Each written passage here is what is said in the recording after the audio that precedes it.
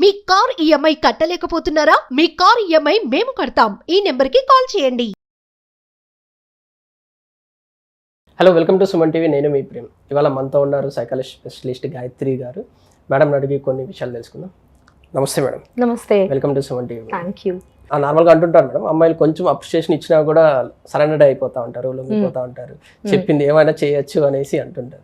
అది నిజమంటారా మేడం? అసలుకి as a psychologist గా చెప్పండి మేడం. యాక్చువల్లీ విమెన్ కి చాలా పెంచుతున్నప్పుడు ఎప్పుడు కూడా మనం అప్రిసియేషన్ అనేది విమెన్ కి తక్కువ దొరుకుతుందండి. ఇప్పుడు మగవాళ్ళు అనుకోండి, ఇంటి నుంచి బయటికి వెళ్ళి పని చేస్తారు.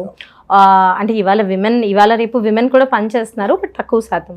సో మెన్ బయటికి వెళ్ళి పని చేస్తున్నప్పుడు వాళ్ళకి ఖచ్చితంగా వ్యాలిడేషన్ దొరికిపోతుంది, ఫీడ్బ్యాక్ దొరికిపోతుంది. వర్క్లో ఎవ్రీ ఇయర్ అప్రైజల్స్ జరుగుతాయి, ఎంత చేసాం, ఏం చేసాం, దానికి తగ్గట్టు జీతం అన్నా పెరుగుతుంది, ప్రమోషన్ అన్నా వస్తుంది.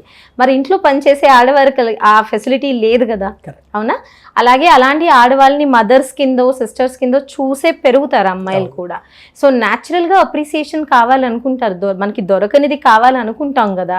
సో అదే అప్రిసియేషన్ మనం ఇంట్లో ఇచ్చేసాం అనుకోండి, 1 ఇయర్కి కాకుండా ఎప్పటికప్పుడు చక్కగా వాళ్ళని అప్రిషియేట్ చేసామనుకోండి, ఓన్లీ బ్యూటీకే కాదు, సాధారణంగా బ్యూటీకి అప్రిషియేట్ చేస్తాం. సో రివర్స్ చేయాలి టెక్నిక్. బ్యూటీకి కాకుండా వాళ్ళ క్వాలిటీస్ని అప్రిషియేట్ చేస్తున్నాం అంటే చక్కగా ఇల్లంతా సర్దుతారనో, పిల్లలకి టైంకి అన్నీ చేస్తారనో, బాగా చదువుతున్నారనో, లేకపోతే బాగా ఆటలాడుతున్నారు అనో, అందరితో మంచిగా కలిసిపోతున్నారనో. సో ఎప్పుడైతే క్వాలిటీస్ని ఇంట్లో అప్రిషియేట్ చేస్తామో, ఇంటి నుంచి బయట ఈ అప్రిషియేషన్ వచ్చినప్పుడు పడిపోం అంత త్వరగా.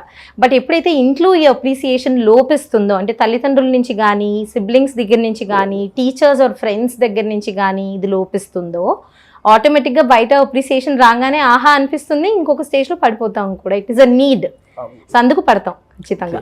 అంటే మోస్ట్లీ ఇప్పుడు లవ్ మ్యారేజ్ కానీ దానికి మెయిన్ రీజన్స్ ఇవే అంటారా మేడం? గుడ్ క్వశ్చన్ ప్రేమ్ గారు. యాక్చువల్లీ ఇది ఏంటి అంటే, మోస్ట్ ఆఫ్ ద టైమ్స్ ఇంట్లో ఎప్పుడైతే మనకి ట్రస్ట్ అన్నది ఏర్పడుతుందో, అంటే బేసిక్గా తల్లిదండ్రులు చిన్నప్పటి నుంచి కూడా నువ్వు ఇది చెయ్యగలవా అన్న క్వశ్చన్ మార్క్తో కంట, ఆడపిల్లల్ని పెంచుతున్నప్పుడు నువ్వు చెయ్యగలవు, ట్రై చెయ్యు అన్నది చెప్తాం. నువ్వు చెయ్యగలవా అని డౌట్ పెట్టకుండా, అనుమానం పెంచకుండా, నువ్వు ట్రై చెయ్యు, తర్వాత ఏదవుతే అది అవుతుంది చూద్దాము అన్నది ఒక భరోసా ఇస్తామో, ఆటోమేటిక్గా వాళ్ళకి నమ్మకం కలుగుతుంది.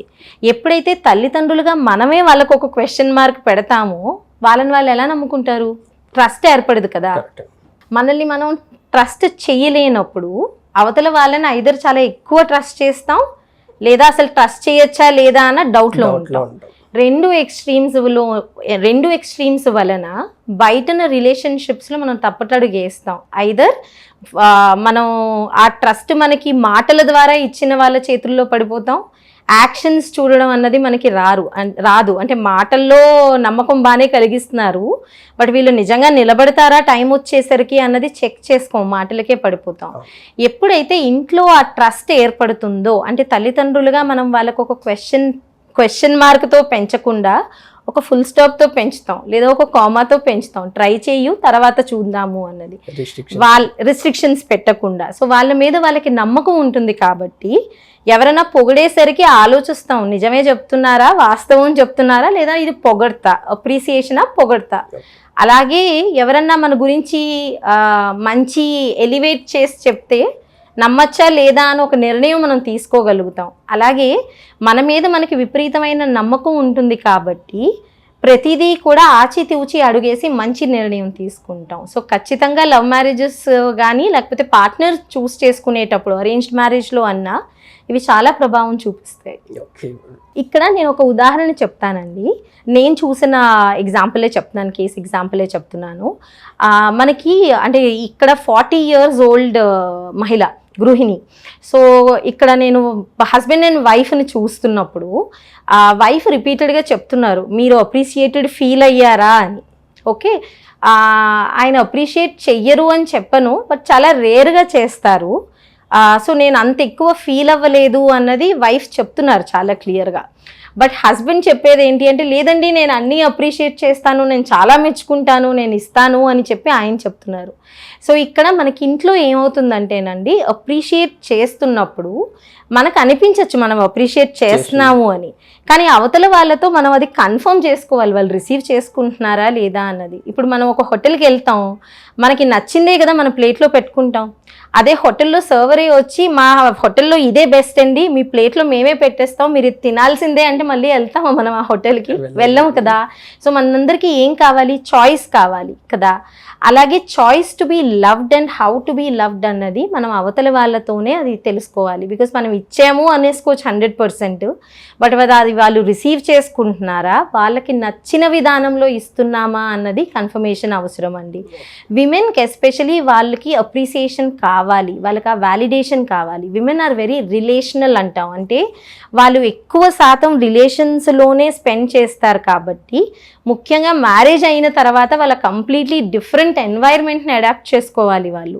సో అక్కడ వాళ్ళు ఎలా నడుచుకుంటున్నారు అన్నది వాళ్ళకి చెప్పడం చాలా అవసరం కదా. బికాస్ ఒక 20-25 years ఒక ఇంట్లో పెరిగొస్తారు, ఆ వాతావరణం వేరు, అక్కడ మనుషులు వేరు, అక్కడ మనస్తత్వాలు వేరు, ఇక్కడ కంప్లీట్లీ ఇక్కడ మనస్తత్వాలు వేరు, ఇక్కడ మనుషులు వేరు, అంతా కొత్త. It's almost like a rebirth కదా. సో అక్కడిది అన్లర్న్ చేసుకోవాలి, ఇక్కడిది రీలర్న్ చేసుకోవాలి. ఫస్ట్ ఆఫ్ ఆల్ అన్లర్నింగ్ చాలా కష్టం కదండి, దానికి మనం ఆ టైం ఇవ్వాలి కదా. సో ఆ టైం అప్పుడు అప్రిషియేట్ చెయ్యకపోతే మ్యారేజ్ అన్నది ఫస్ట్ ఇయర్స్లోనే సఫర్ అవుతుంది ఖచ్చితంగా. ఎక్కడైతే విమెన్కి మనం ఆ వ్యాలిడేషన్ ఇస్తామో, ఆ అప్రిషియేషన్ ఇస్తామో, నువ్వు అందరినీ అర్థం చేసుకోవడానికి ప్రయత్నం చేస్తున్నావు అన్నది ఆ ఎఫర్ట్ని మెచ్చుకుంటామో, వాళ్ళకి మ్యారేజ్ అయిన ఇంటితో చాలా దృఢమైన బంధం ఫామ్ అవుతుంది. ఫస్ట్ ఫ్యూ ఇయర్స్ ఏ గృహిణి మర్చిపోరండి, వాళ్ళని ఎంత ఇంక్లూడెడ్గా మనం ఫీల్ అవ్వనిస్తామో వాళ్ళ బంధం అంత స్ట్రాంగ్గా ఉంటుంది. అలాగే ఇక్కడ మగవాళ్ళ గురించి కూడా చెప్పాలి. ఈ పరిస్థితుల్లో ఏమవుతుంది అంటే మగవాళ్ళకి ఎలా సపోర్ట్ చేయాలి అన్న దగ్గర వాళ్ళు శాండ్విచ్ అయిపోతారు. బికాజ్ వాళ్ళు ఇద్దరు మహిళల్ని హ్యాండిల్ చేయాలి, ఒకరు తల్లి ఒకరు భార్య. సో ఒక్కొక్కసారి వాళ్ళు కూడా శాండ్విచ్ అయిపోతారు. వీళ్ళని సపోర్ట్ చేస్తే వీళ్ళకి కోపం వస్తుంది, వీళ్ళని ఎక్కువ సపోర్ట్ చేస్తే మదర్ కోపం వస్తుంది అన్న ఒక భయం వాళ్ళలో ఉంటుంది. అండ్ మోస్ట్ మెన్ కాన్ఫ్లిక్ట్ ఇష్టపడరు. సో సామరస్యంగా వెళ్ళిపోవడానికే చెప్తారు. సో సర్దుకొని చెప్పడం కంట, అంటే తల్లికి సర్ది చెప్పడము, వైఫ్కి సర్ది చెప్పడము అన్నది ఎంత ఇంపార్టెంటో, ఎవరు ఏది తప్పు చేస్తున్నారో వాళ్ళకి నిలబెట్టి చెప్పడం కూడా చాలా ఇంపార్టెంట్ ఆ టైం అప్పుడు. లేకపోతే ఏమవుతుందంటే మనం ఎవరికి సపోర్ట్ చేస్తున్నాము అన్నది తెలియదండి. అది చాలా క్లియర్గా చెప్పాలి మెన్ కూడా. అలాగే విమెన్ ఎక్కువ అప్రిషియేట్ చేయాల్సింది ఇంకొక ఉమెన్ ఇన్ ద ఫ్యామిలీయే. సో ఫస్ట్ కొత్తగా వచ్చిన అమ్మాయిని మదరే ఎక్కువ హక్కున చేర్చుకోవాలి, అత్తగారే మదర్ అవ్వాలి అక్కడ. ఎప్పుడైతే ఆ ఇంక్లూజన్ వస్తుందో విమెన్ కాన్ఫిడెన్స్ చాలా బాగుంటుంది. అంటే ఎక్కువ శాతం ఎంచి చూపించడం కంట ఏవి బాగుంటున్నాయి అన్నది మనం చెప్తే ఎంచి చూపించాల్సిన అవసరమే వాళ్ళు తెచ్చుకోరు, కరెక్షన్స్ వాళ్ళే చేసుకుంటారు. సో మ్యారేజ్ అయిన కొత్తలో మనకి ఎప్పుడైతే అప్రిసియేషన్ మీద ఎక్కువ ఫోకస్ పెడతామో చక్కగా వాళ్ళు మంచి కనెక్షన్ ఫామ్ చేసుకుంటారు మీతో. అండ్ కనెక్షన్స్ ఎప్పుడు ఇంపార్టెంట్ అండి రిలేషన్షిప్లో. Connections are more important than corrections. ఎప్పుడైతే ఈ ఇంటి మహిళలు అది గ్రహిస్తారో ఫస్ట్ మహిళలే మంచి గ్రూప్ అవుతారు, ఆటోమేటిక్గా మెన్కి కూడా అది ఈజీ అవుతుంది, వాళ్ళు కూడా ఇంక్లూడెడ్ ఫీల్ అవుతారు, ఆ మంచి కుటుంబం ఫామ్ అవుతుంది. So yes, women need appreciation, women need validation. వాళ్ళకి అవి రెండు ఇచ్చేస్తే వాళ్ళు చాలా హ్యాపీగా ఉంటారు. ఇయర్ ఎండ్ అప్రైజల్ కంటే ఎవ్రీడే అప్రైజల్ ఇస్తే విమెన్కి సూపర్. ఇంకా పొగడ్తలకి పడిపోతారంట. పొగడ్త ఈజ్ డిఫరెంట్ ఫ్రమ్ అప్రిసియేషన్ అండి. పొగడ్త మంచిది కాదు, ఎందుకంటే మీరు పొగడ్డం స్టార్ట్ చేస్తే అలవాటు అవుతుంది. పొగడ్త ఎవరికి మంచిది కాదు, ఆడవాళ్ళకి మంచిది కాదు, మగవాళ్ళకి మంచిది కాదు. బట్ అప్రిసియేషన్ ఆర్ ప్రైజ్ అంటాం దీన్ని. అంటే వాళ్ళు చేసే పనిని మెచ్చుకుంటాం, వాళ్ళు ఉన్న విధానాన్ని మెచ్చుకుంటాం, వాళ్ళ ఆలోచనల్ని మెచ్చుకుంటాం, వాళ్ళ భావాలు వ్యక్తపరిచే విధానాన్ని మెచ్చుకుంటాం కనిపించినప్పుడు. It's fact based. ఎప్పుడైతే ఆ ఫ్యాక్ట్ బేస్డ్ అప్రిసియేషన్ ఉంటుందో వాళ్ళ కాన్ఫిడెన్స్ న్యాచురల్గా ఎలివేట్ అవుతుంది. ఎప్పుడైతే ఫ్యాక్ట్ బేస్డ్ అప్రిసియేషన్ ఉండదో విమెన్కి ఎక్కువ సెల్ఫ్ డౌట్ వస్తుంది, వాళ్ళని వాళ్ళు అనుమానించుకోవడం స్టార్ట్ చేస్తారు, వాళ్ళ కేపబిలిటీస్ని అనుమానించుకోవడం స్టార్ట్ చేస్తారు. Thank you madam, thank you for information. Thank you.